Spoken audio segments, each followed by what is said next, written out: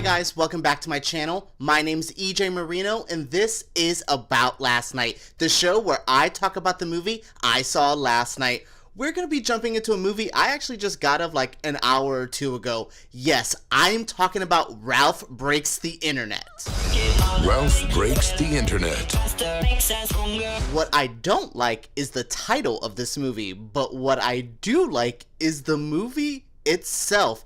I did not expect to like Ralph Breaks the Internet as much as I did. I honestly kind of went into it like I had a whole idea. I was going to call this Disney propaganda. I was going to make a thumbnail for this video and like get ready to beat this movie down. Just, oh, it's a Disney cash grab. It's not, honestly. Like, this has been marketed as such a Disney love fest of like, oh, they go to the Disney Channel, like kind of the website for it, and they'll dip into that with all the princesses. The princesses are in maybe 2 scenes. They have the big one we've seen in the trailer and one at the end I will not spoil, which I really enjoyed, both princesses scenes. But there's not a lot of Disney in this movie. Disney was pretty, for a company that I have been very critical of, and sometimes I think they take themselves a little too seriously. This was so well done. I am just amazed I enjoyed this movie as much as I did. That does not mean it doesn't have its faults. There is things that I think could just be trimmed up with this movie. First thing, the runtime. This is an hour and 52 minutes. What? For the demographic you're going for, you need to make a quick like hour, 30-minute movie, in, out, do it. Because I will say, there was about the last 30 minutes of the movie, my theater, because like with our press screenings, they usually have like a kind of a room full of like just moviegoers to give us a full experience. You could tell about the last 30 minutes, the kids were starting to get a little thing, and even me, I was like, oh, I've hit a plateau of entertainment. You've went up here and you've stayed here. You haven't gone up anymore, but you didn't really go down. So that's where I even think kids were going to be like, eh. So that is what I'm trying to rack my brains for, like, full-on complaints. There's not a lot. The runtime's a little long. I will say, as much as I was critical of it, the Disney stuff could have lasted a little longer. It felt like a small detour other than an actual plot point. So that was a bit of a confusion moment for me where I was like, I would have less time in, like, the slaughter race world. I like it. I like Gal Gadot. I'm wearing my Wonder Woman shirt. I like it. But a little less time there, a little bit more time with the princesses even. I didn't need to see, all the full-on, the Groot scene was cute, Iron Man was there, like quick little cameos. The princess scene, I could have dealt with more of Vanellope and the princesses, because that was so damn entertaining. So enough of my review, let me get into the actual movie. So the movie is following Vanellope and Ralph as they venture into the internet. The steering wheel for Vanellope's racing game broke, so they need to get a new one, so they go travel to eBay.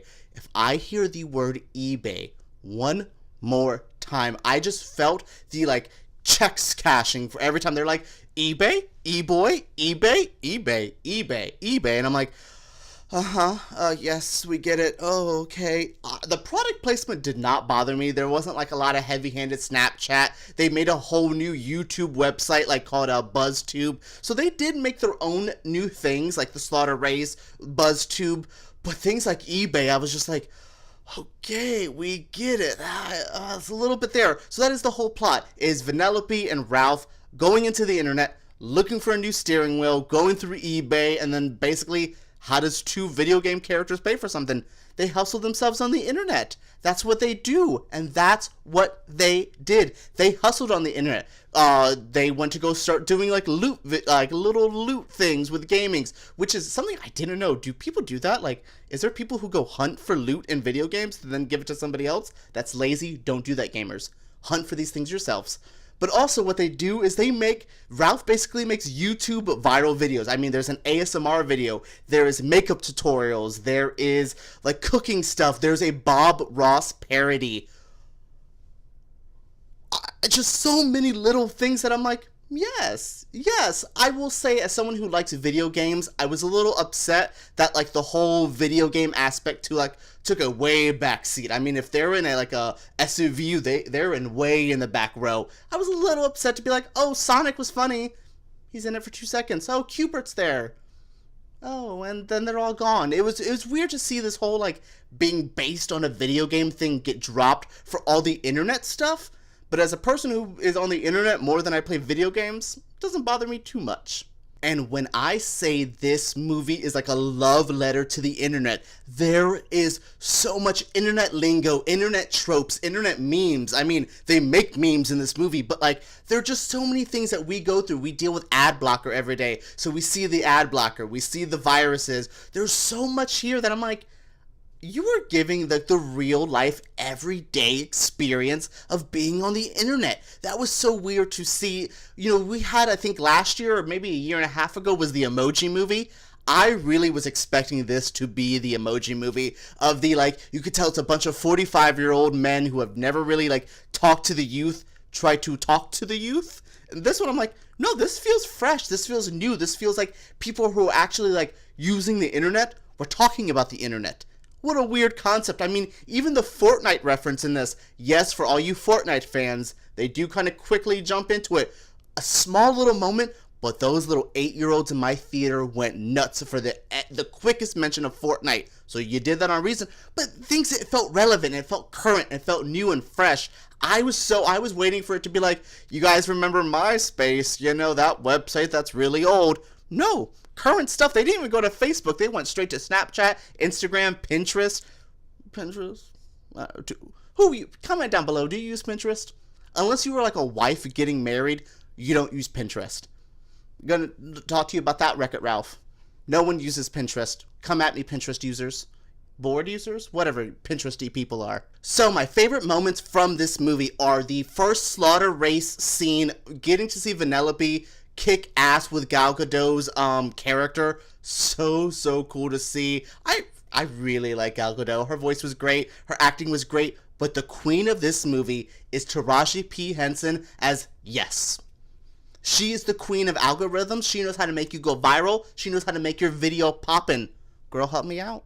I want my videos to do well. What do I need to do? Yes. Do I need to eat the chili pepper challenge or whatever I need to do? I'll do it. But that's what I like to see is, once again, these characters are good. This world was fun. You had the cool slaughter race scene. You had all the cool Yes scenes that I loved. The Disney princess scene was great. Even what I liked is there's no real villain to this movie. That is not a spoiler, but the adventure is the villain. The struggles they find along the way are the real villains. It's not like this I'll spoil this for you. Yes isn't the villain, as much as I kept being like, and now this is where Yes turns on them. No, this is just the journey. What they go through in this adventure from point A to point B, that's the villain. That's the struggle. That's the antagonist. That's so cool to see, especially for a kids movie. I'm done with Ursula and Jafar and these big villains. Yes, I like them growing up as a kid, but I want something different with my villains. I want to see sometimes real life be the villain, and Wreck-It Ralph did that so well. So yes, this is my quick feelings for Wreck-It Ralph 2, Ralph Breaks the Internet. I had a damn good time with this movie, and I was someone who was expecting to not like this at all. So that's good. That's a lesson to learn. Sometimes you'll walk in with expectations, and they'll shatter them for you. Let them do that. Try to be as open-minded. Try. It's hard, but try. Because I learned my lesson. I had a good time with this movie. I hope you do too, because you should see this movie. Yes, if you did enjoy this movie, or if you did enjoy this review, check out this movie. It is a damn good time. I laughed out loud multiple times. The kids around me had fun. The parents had fun. This is a good time. So thank you for this good time. Thank you for joining me for this review of Wreck-It Ralph 2. Comment down below if you have any interest in seeing this movie. If you've seen it already, I want to know. I want to talk about it. Try to keep it spoiler free, because there's some stuff that in here people not want spoiled. But also, give me a thumbs up if you did enjoy this review. Those mean the world. YouTube takes their thumbs up seriously. As we learned in Ralph Breaks the Internet, hearts mean the most on YouTube. Thumbs up do as well. Thumbs me up, subscribe to my channel, comment down below. I would love to hear your thoughts. And thank you for tuning in to About Last Night.